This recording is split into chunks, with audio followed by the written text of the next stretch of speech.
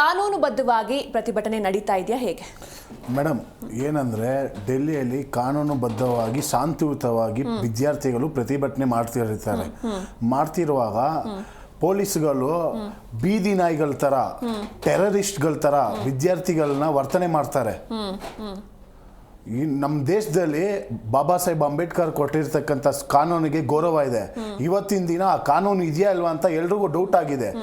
ಬಂದಿರತಕ್ಕಂಥ ಬಿಜೆಪಿ ಸರ್ಕಾರ ಅವರು ಯಾವುದೇ ಸರ್ವಾಧಿಕಾರಿ ಅಂತ ಅವ್ರು ನಡೆಸ್ಕೊಂಡು ಅವ್ರು ಹೇಳ್ತಿರೋದು ಇಲ್ಲ, ಒಂದಿಷ್ಟು ವಿಧ್ವಂಸಕ ಕೃತ್ಯದಲ್ಲಿ ಭಾಗಿಯಾಗಿದ್ರು ಪ್ರೊಟೆಸ್ಟ್ ಮಾಡ್ತಾ, ಹಿಂಗಾಗಿ ನಾವು ಎಲ್ಲ ಲಾಠಿ ಚಾರ್ಜ್ ಮಾಡಿದ್ವಿ ಅಂತ. ಅಂದ್ರೆ ನಿಮ್ಮ ಪ್ರಕಾರ ಶಾಂತಿಯುತವಾಗಿ ಆಗ್ತಾ ಇತ್ತು ಮೇಡಮ್. ಅವರು ಯಾವುದೋ ಒಂದು ಇವಾಗ ಇಷ್ಟು ದೊಡ್ಡ ಜಗಳ ಆಗ್ತಿದೆಯಲ್ಲ, ಪ್ರತಿಭಟನೆ ಆಗ್ತಿದೆ, ಯಾವುದಾದ್ರು ಒಂದು ನಾವು ಹೇಳ್ಬೇಕಂತ ಅವರು ಒಂದು ಹೇಳ್ತಾ ಇದ್ದಾರೆ ಅಷ್ಟೇ.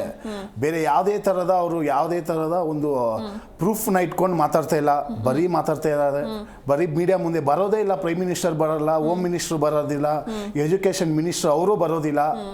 ವಿದ್ಯಾರ್ಥಿಗಳನ್ನ ಇವತ್ತು ಅವ್ರನ್ನ ಮಾನಸಿಕ ತೊಂದರೆಯಿಂದ ಅವ್ರನ್ನ ನಾವು ಆಚೆ ತರಕ್ಕೆ ಆಗ್ತಾ ಇರಲಿಲ್ಲ. ಇವತ್ತು ಇಂಡಿಯಾದಲ್ಲಿ ಸುಮಾರು ವಿದ್ಯಾರ್ಥಿಗಳು ಮಾನಸಿಕ ತೊಂದರೆ ಆಗಿದ್ದಾರೆ. 21 ಲಕ್ಷ ವಿದ್ಯಾರ್ಥಿಗಳಲ್ಲಿ 21 ಜನಕ್ಕಿಂತ ಹೆಚ್ಚು ಜನ ಇವತ್ತು ಬಲಿಯಾಗಿದ್ದಾರೆ. ಅದರಿಂದ ಇದು ನೇರ ಹೊಣೆ ಬಿಜೆಪಿ ಅವರೇ ಮೇಡಮ್. ಸರ್, ಈಗ ಮತ್ತೊಂದು ಕಡೆ ಈಗ ಲಾಠಿ ಚಾರ್ಜ್ ಮಾಡ್ತಾರೆ, ಟಿಯರ್ ಗ್ಯಾಸ್ ಎಲ್ಲ ಯೂಸ್ ಮಾಡ್ತಾರೆ. ಯಾವ ಸಂದರ್ಭದಲ್ಲಿ ಪ್ರತಿಭಟನೆ ಟೈಮಲ್ಲಿ ಇದನ್ನೆಲ್ಲ ಯೂಸ್ ಮಾಡ್ಬೋದು ಸರ್ ಕಾನೂನು ಪ್ರಕಾರ?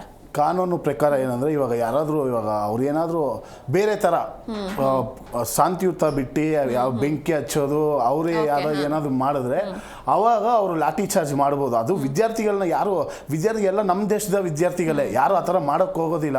ಶಾಂತಿಯುತವಾಗಿ ನಡೀತಾ ಇರೋದೆ. ಯಾರೋ ಟೆರರಿಸ್ಟ್ ಬಂದು ಆ ಥರ ಮಾಡ್ಬೋದು, ವಿದ್ಯಾರ್ಥಿಗಳು ಯಾರೋ ಮಾಡೋದಿಲ್ಲ. ಮಾಡಿರೋದು ತಪ್ಪಿದೆ ಮೇಡಮ್. ರಾಕೇಶ್ ಸರ್, ಸೊ ಈ ಪ್ರೊಟೆಸ್ಟ್ ಬಗ್ಗೆ ನೀವೇನು ಹೇಳ್ತೀರಾ? ಫಸ್ಟ್ ರಿಯಾಕ್ಷನ್ ಏನು ನಿಮ್ಮದು? ಮೇಡಮ್, ಇವತ್ತು ಏನಿದೆ NTA ನಮ್ಮ ನ್ಯಾಷನಲ್ ಟೆಸ್ಟಿಂಗ್ ಏಜೆನ್ಸಿ ಏನಿದೆ, ಇವತ್ತಿಗೆ ಒಂದು 60ರಿಂದ 70 ದಿವಸ ಆಗಿದೆ. ಮೇ ಮೊದಲನೇ ವಾರದಲ್ಲಿ ಮೊದಲನೇ ಎಕ್ಸಾಮ್ ಆಗುತ್ತೆ. ಅದಾದ ನಂತರ ಮತ್ತೆ ನೆಕ್ಸ್ಟ್ ತಿಂಗಳು ಜೂನಲ್ಲಿ ಎಕ್ಸಾಮ್ ಆಗುತ್ತೆ, ಪೇಪರ್ ಲೀಕ್ ಆದಮೇಲೆ. ನೋಡಿ, ಇವತ್ತು ಒಂದು NTA ಮತ್ತು ಕೇಂದ್ರ ಸರ್ಕಾರ ಈ ಎರಡು ಏನಿದೆ, ಎಕ್ಸಾಮ್ ಆಗಿ ಪೇಪರ್ ಲೀಕ್ ಆಗಿ ಇಷ್ಟು ದೊಡ್ಡ ಮಟ್ಟದಲ್ಲಿ ದೇಶದಲ್ಲಿ ತೊಂದರೆ ಆಗಿದೆ. ಇವತ್ತು ಏನು 22 ಜುಲೈವರೆಗೂ ಒಂದೇ ಒಂದು ರೀತಿಯ ಕ್ರಮ ಆಗಿಲ್ಲ. ಅಟ್ಲೀಸ್ಟ್ ಯಾರ ಮೇಲಾಗಲಿ, ಮಿನಿಸ್ಟ್ರು ಬಿಡಿ, ಇವಾಗ NTA ಚೇರ್ಮನ್ ಇದ್ದಾರೆ ಪ್ರದೀಪ್ ಜೋಶಿ ಅಂದ್ಬಿಟ್ಟು, ಅವ್ರ ಮೇಲಾಗಿಲ್ಲ. ಮತ್ತು ಅಭಿಷೇಕ್ ಅಂದ್ಬಿಟ್ಟಿದ್ದಾರೆ, ಅವರು ಅಲ್ಲಿ IAS ಅಧಿಕಾರಿ, ಅವರು ಆಡಳಿತಾಧಿಕಾರಿ ಅಲ್ಲಿಗೆ NTAಗೆ. ಅವ್ರ ಮೇಲೆ ಇವತ್ತಿನವರೆಗೂ ಒಬ್ಬರು ದೋಷ ಇವರಿಂದ ಆಗಿದೆ, ಇವರಿಂದ ತೊಂದರೆ ಆಗಿದೆ ಅಂತ ಒಬ್ಬರ ಮೇಲೆ ಒಂದು ಕಂಪ್ಲೇಂಟ್ ಆಗಲಿ ಅಥವಾ ಅವ್ರ ಮೇಲೆ ದೊಡ್ಡ ಮಟ್ಟದಲ್ಲಿ ಕ್ರಮ ಆಗಲಿ ಏನೂ ಆಗಿಲ್ಲ. ಇದರ ಅರ್ಥ ಏನು ಅನ್ಕೊಬೇಕು? ಮತ್ತು ಇಷ್ಟು ದೊಡ್ಡ ಮಟ್ಟದಲ್ಲಿ ಏನು ಜಂತರ್ ಮಂತರ್ನಲ್ಲಿ ನಮ್ಮ ವಿದ್ಯಾರ್ಥಿಗಳು ಪಾಪ ಅವ್ರ ಜೀವದ ಹಂಗದ ತೋರೋದು ಹೋರಾಡ್ತಿದ್ದಾರೆ. ಇಷ್ಟು ದೊಡ್ಡ ಮಟ್ಟದ ಮೂವ್ಮೆಂಟ್ ಆಗ್ತಿದೆ ಅಂತ ಫಸ್ಟೇ ಇವ್ರಿಗೆ ಗೊತ್ತಿರುತ್ತಲ್ಲ ಮೊದಲೇ. ಇವ್ರಿಗೇನು ಗೊತ್ತಿರೋದ್ರಿಂದ ಒಂದೇ ಒಂದು ಮಾತಾಡುವಂಥದ್ದು ಅಥವಾ ವಿದ್ಯಾರ್ಥಿಗಳಿಗೆ ಸಾಂತ್ವನ ಹೇಳೋದಂಥದ್ದು ಅಥವಾ ಯಾರ ಅಧಿಕಾರಿಗಳಿದ್ದಾರೆ ಅಥವಾ ಮಿನಿಸ್ಟರ್ ಇದ್ದಾರೆ ಒಂದು ತಲೆದಂಡ ಕೊಡುವಂಥದ್ದು. ನಮ್ಮ ಮೋದಿಯವರು ಅಲ್ಲಾರೋ ಮೆಲೋನಿಯವರಿಗೆ ಒಂದು ಮೆಲೋಡಿ ಚಾಕ್ಲೇಟ್ ಕೊಡೋಕ್ಕಾಗುತ್ತೆ, ನಮ್ಮ ವಿದ್ಯಾರ್ಥಿಗಳ ಕುರಿತು ಒಂದು ಮಾತಾಡೋಕ್ಕಾಗಲ್ವಾ? ಯಾವುದ್ಯಾವುದೋ ದೇಶದ್ದೆಲ್ಲ ಟ್ವೀಟ್ ಮಾಡೋಕ್ಕಾಗುತ್ತೆ. ನಮ್ಮ ವಿದ್ಯಾರ್ಥಿಗಳು 21 ಜನ ವಿದ್ಯಾರ್ಥಿಗಳು ಇವತ್ತು ಜೀವನನ ಕಳ್ಕೊಂಡಿದ್ದಾರೆ. ಕೇವಲ 21 ಜನ ವಿದ್ಯಾರ್ಥಿಗಳ ಭವಿಷ್ಯ ಅಲ್ಲ, ಅದು 21 ಕುಟುಂಬಗಳ ಒಂದು ಮುಂದಿನ ದಿನಗಳು. ಇವಾಗ ಪುತ್ರ ಶೋಕಂ ನಿರಂತರಂ ಅಂತ ಒಂದಿದೆ, ಹಾಗೆ ಪಾಪ 21 ಕುಟುಂಬಗಳ ಗತಿ ಏನು? ಮತ್ತೆ ಇವತ್ತು ಏನು 22 ಲಕ್ಷಕ್ಕೂ ಹೆಚ್ಚು ಜನ ವಿದ್ಯಾರ್ಥಿಗಳು ಇವತ್ತು ಎಕ್ಸಾಮ್ ಬರೆದಿದ್ರು. ನನ್ನ ವೈಯಕ್ತಿಕವಾಗಿ ನನ್ನೊಂದು ಎಕ್ಸಾಂಪಲ್ ಕೂಡ ಕೇಳ್ತೀನಿ. ನನ್ನ ಆತ್ಮೀಯರೊಬ್ಬರು ಎಕ್ಸಾಮ್ ಬರೆದಿರ್ತಾರೆ. ಫಸ್ಟ್ ಎಕ್ಸಾಮಲ್ಲಿ ಅವರು ಏನೋ ಒಂದು 720 ಮಾರ್ಕ್ಗಳಿಗೆ 500ಕ್ಕೂ ಹೆಚ್ಚು ಮಾರ್ಕ್ ತಗೊಂಡಿರ್ತಾರೆ.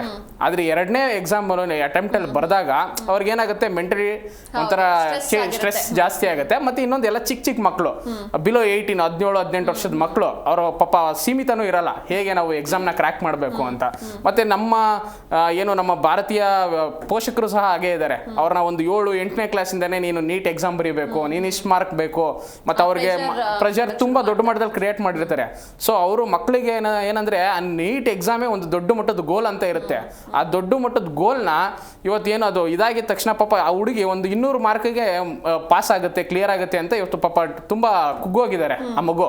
ಮತ್ತೆ ನನಗೆ ಫಸ್ಟ್ ಎಕ್ಸಾಮ್ ಮಾಡ್ದಂಗೆ ಆಗಿಲ್ಲ ಅಂತ. ಇವಾಗ ನಾವು ಎಲ್ಲ ವಿದ್ಯಾರ್ಥಿಗಳೇ, ನಾವು ಒಂದೇ ಎಕ್ಸಾಮ್ ಯಾವುದೇ ಪೇಪರ್ ಲೀಕ್ ಆಗಿ ಮತ್ತೆ ರೀ ಎಕ್ಸಾಮ್ ಕೊಟ್ಟಾಗ ಸೆಕೆಂಡ್ ಪೇಪರ್ ಯೂಶುವಲಿ ಟಫೇ ಇರುತ್ತೆ.